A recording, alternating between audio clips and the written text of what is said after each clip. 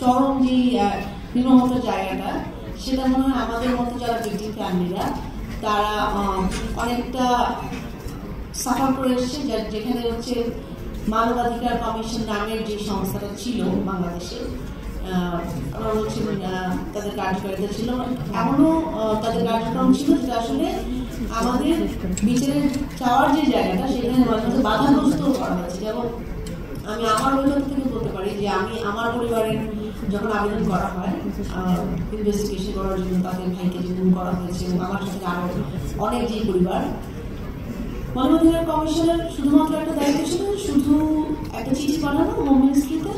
এরকম 2014 থেকে 23 পর্যন্ত তারা 25টা চিঠি পাঠিয়েছিলেন, এটা কোনো জবাব বা কোনো কার্যকারিতা ছিল না আসলে।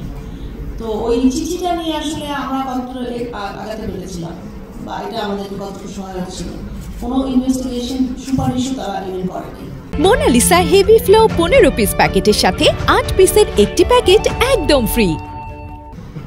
এরকম মানবাধিকার কমিশনকে আমরা সামনে আরেকটা দেখতে চাচ্ছি কিনা, কারণ মানবাধিকার কমিশনের সবচেয়ে বেশি প্রয়োজন ছিল কিন্তু এই সময়টাতে, জুলাই পরবর্তী সময়টাতে। বিগত 15 বছরে যে সমস্ত চরম মানবাধিকার লঙ্ঘন হয়েছে এবং জুলাইয়ে যে গণহত্যা হয়েছে, তার পরবর্তীতে অন্তর্বর্তীকালীন সরকারের প্রথম দায়িত্ব আসলে ছিল পাশাপাশি যে সমস্ত কমিশনগুলো তারা ফর্ম করেছে, ইনকোয়ারি কমিশন ফর এভিডেন্সেস, পাশাপাশি মানবাধিকার কমিশনটা গঠন করা, যেটা কিন্তু হয়নি।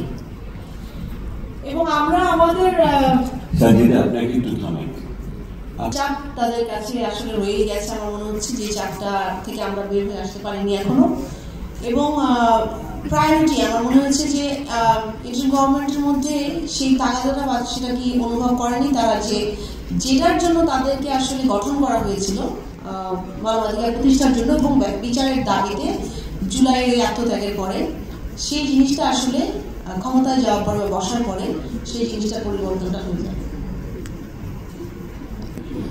আরেকটা যেটা আমি বলতে চাই যে আমাদের ইনকোয়ারি আর ইনভেস্টিগেশনের ক্ষেত্রে কতটা স্বাধীনতা পাবে আমরা যেই খসড়া আইনটার দ্বারা সামনের মানবাধিকার কমিশনটা গঠন করতে চাচ্ছি। বিকজ আমরা দেখতে পাচ্ছি এখনকার যে ইনকোয়ারি কমিশনটা গঠন করা হয়েছে গুমের জন্য, আমাদের জাস্টিস সাহেব আছেন আমাদের সাথে, তারা কিন্তু মানে 1 বছর কাজ করছেন এবং তাদেরকে কতটুকু ইখতিয়ার বা স্বাধীনতা দেওয়া হয়েছে ইনকোয়ারি করার জন্য, এবং কোন কোন জায়গায় বাধা প্রাপ্ত হচ্ছে সেটাও কিন্তু আমরা দেখতে পাচ্ছি, যেখানে আসলে জানার পরেও এই মানবাধিকার লঙ্ঘনগুলোর সাথে কারা জড়িত ছিল বা তাদের এগেইনস্টে কি অ্যাকশন নেওয়া দরকার সেটা করা সম্ভব হয়নি।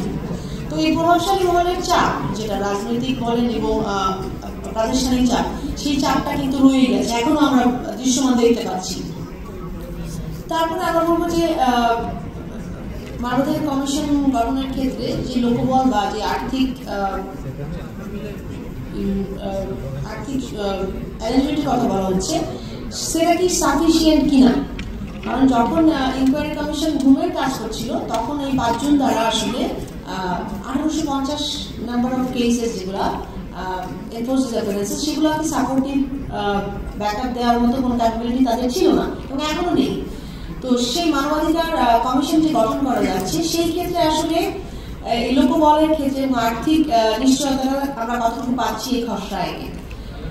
তারপর সিলেকশনের ব্যাপারে, কমিশনের মেম্বার সিলেকশনের ব্যাপারে বলা যাচ্ছে নারীদেরকে এবং সংখ্যালঘু যে অন্তর্ভুক্তি কথা, সেটা কিন্তু আমরা বলে যাই, কিন্তু অ্যাকচুয়ালি যখন বাস্তবায়ন করতে যাই তখন কিন্তু আমরা এটা প্রতিফলনটা আসলে দেখতে পাই না। একটা ইস্যু এখানে যেটাতে যে আসলে নজর দেওয়া উচিত। আর আমার আইনটা প্রণয়নের ক্ষেত্রে এখন রেজ করা হচ্ছে, তো বাস্তবায়নের সময় আসলে এগুলোকে কনসিডার করা হয় কিনা, নাকি চাকরিগুলো এবং নাগরিক সমাজ তাদেরকে যদি অন্তর্ভুক্তিতে মানবাধিকার কমিশনটা আসলে দেখতে চাচ্ছি, সেরকমটা আসলে আমরা গঠনে সমর্থ হব কিনা, আমি এতটুকুই বলবো এখন।